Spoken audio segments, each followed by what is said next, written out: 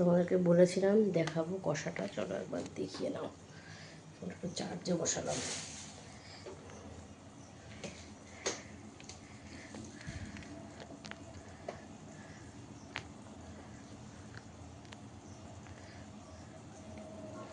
দেখতে কি পাচ্ছ তোমরা রান্নাটা?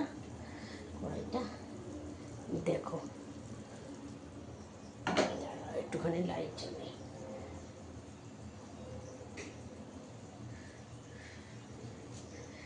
বন্ধ করে দিতে চলে গরম। দেখো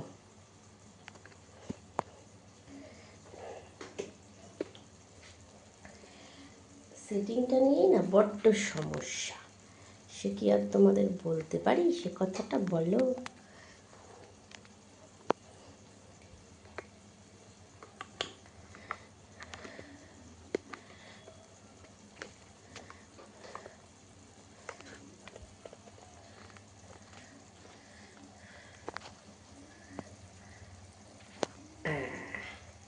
ঠিক এইরকম হলেই তোমরা রান্নাটা দেখতে পাচ্ছ, তাই তো বন্ধুরা?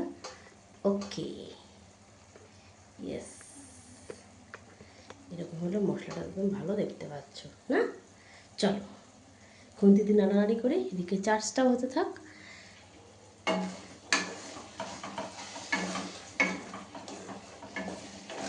মামাকে বললাম, মামাম কোনো চাঁদাটা একটু দিবি, তাহলে আমি এখানে স্ট্যান্ডে ভিডিও করছি তো, তাহলে একবারে চার্জটাও দিতে পারবো। কী বললো জানো আমাকে? রান্নাঘর চার্জটা দিতে এসে, তুমি কি চিকেন রান্না করছো? আমাকে বললে না তো, আমি নাকি চিকেন রান্না করছি। এত সুন্দর গন্ধ নাকি পুরো চিকেনের মতো এসেছে। বোঝো মেয়ের কথা।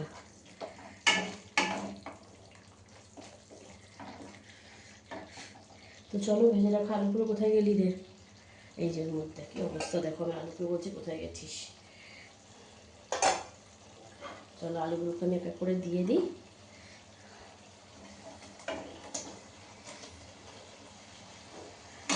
রান্নাটা করে আমি এর মধ্যেই রাখবো, যাতে গরম করতে পারি পরবর্তীতে।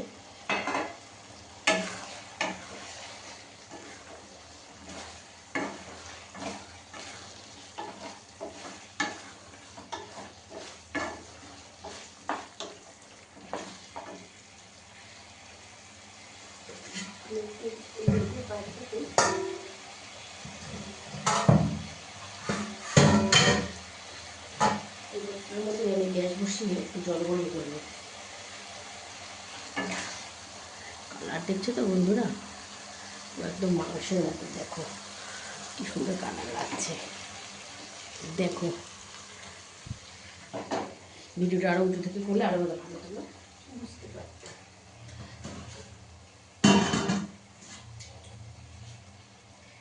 সেই রকম জায়গার জন্য আমাকে গ্যাসটাকে আরও ওই বেসিনের কোনার দিকে নিয়ে আসতে হবে, বুঝলে তো?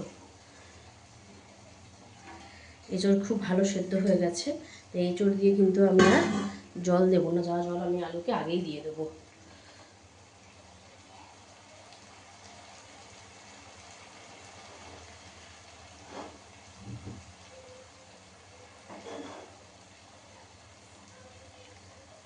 আরেকজন কিন্তু গল্প করছে কি যেন সব।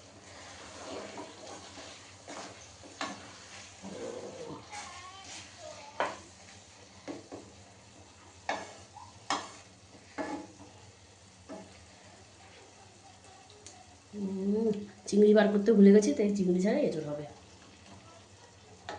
Without prawn. র জ্যাকফ্রুট কারি। কেমন হলো মেনুটা অবশ্যই কিন্তু জানিও। একটা দিদি আছে, সে আমার সব রান্না পছন্দ করে, আমার খুব ভালো লাগে। উনি খুব আমাকে কমেন্টস করে। নাম মনে হয় সীমা দিদি ভাই। তো ওনাদের পুকুরে অনেকগুলো মাছ মরে গেছে, সে ভিডিওটা দেখছিলাম মাম্মা আর আমি। খুব খারাপ লাগছিল।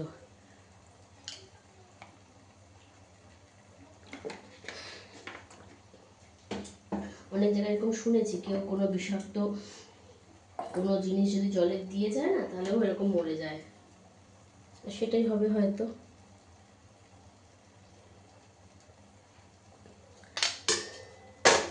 যাই হোক, খুব খারাপ লাগলো।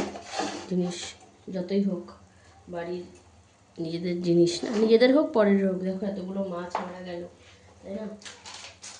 কত জায়গায় কত মানুষ মাছ কিনে একটু খেতে পারে না, সেখানে এতগুলো মাছ মারা গেল, খুবই কষ্টদায়ক।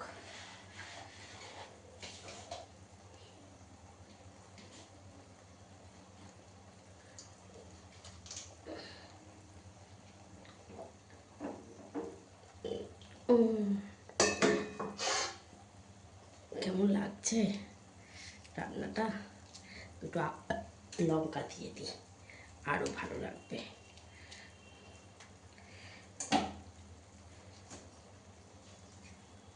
লাল লঙ্কাটা কেটে রাখলাম, উপর থেকে ছড়িয়ে দেবো, ঘি গরম মশলা দেবো।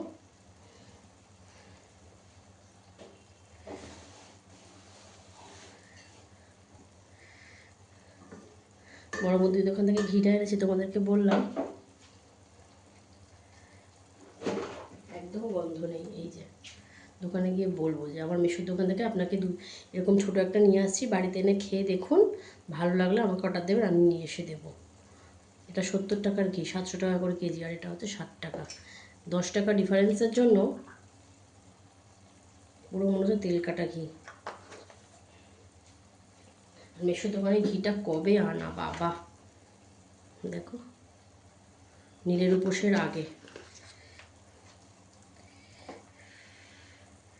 শিব ঠাকুরকে স্নান করানোর জন্য নিয়ে এসেছিলাম। তো যাই হোক,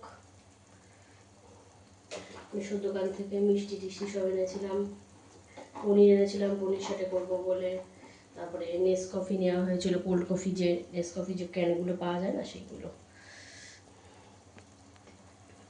কালারটা দেখো, কালারটা। চলো, জলটা কিন্তু গরম হয়ে আসছে, এবার আমি কিন্তু এর মধ্যে সুন্দর করে দিয়ে দেবো।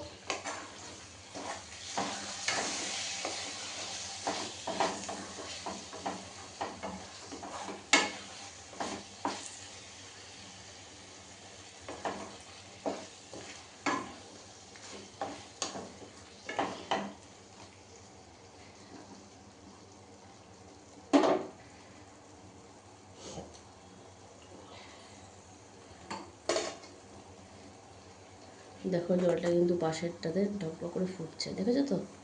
ওটা শুরু করে দিয়েছে, ওটাই দিয়ে দেবো আমি হচ্ছে এর মধ্যে।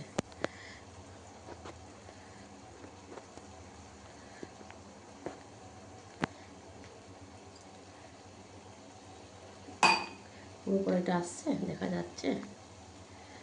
পুরো কড়াইটা আসলে তো আবার রান্নাটাই দেখা যাবে না, সব দিকে ঝামেলা, কোন দিকে আমি যাই। হ্যাঁ, ঠিক আছে, একটু সরিয়ে আনবো।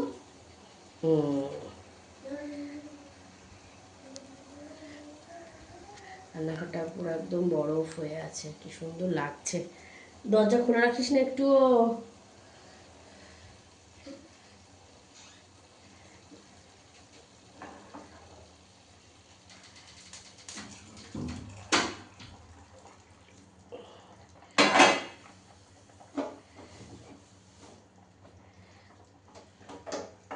চলো গ্যাসটাকে একটু জোরে বাড়িয়ে দিই।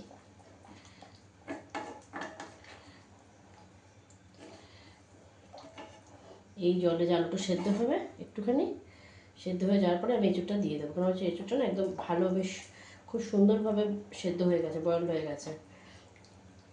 আমি যদি আলু কষানোর সাথে দিয়ে দিতাম না, তাহলে আর খুঁজে পাওয়া যেত না, পুরো ঘেটে খাওয়া হয়ে যেত। চলো ওই পাশে আমি আস্তে আস্তে করে বড়াগুলো ভাজার জন্য ছোট্ট একটা কড়াইয়ের মতো কষিয়ে দিই। তার আগে একটু তেল কেটে নিতে হবে।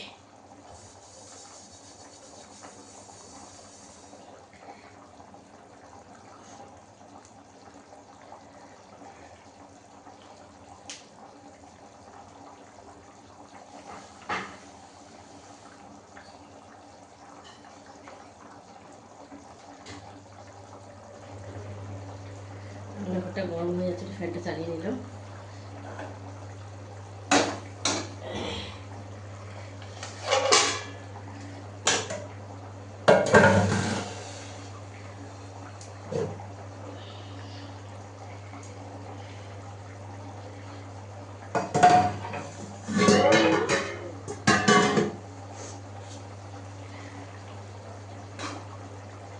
চলো একটু তেলের প্যাকেটও কাটতে হবে, তেলের প্যাকেটটা কেটে নিই, তারপরে বড়াটা ভাজতে থাকি।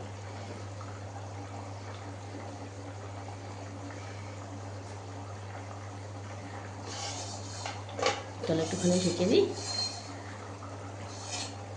ভিডিওটা একটু কষ্ট করি, আবার আমি পরে কন্টিনিউ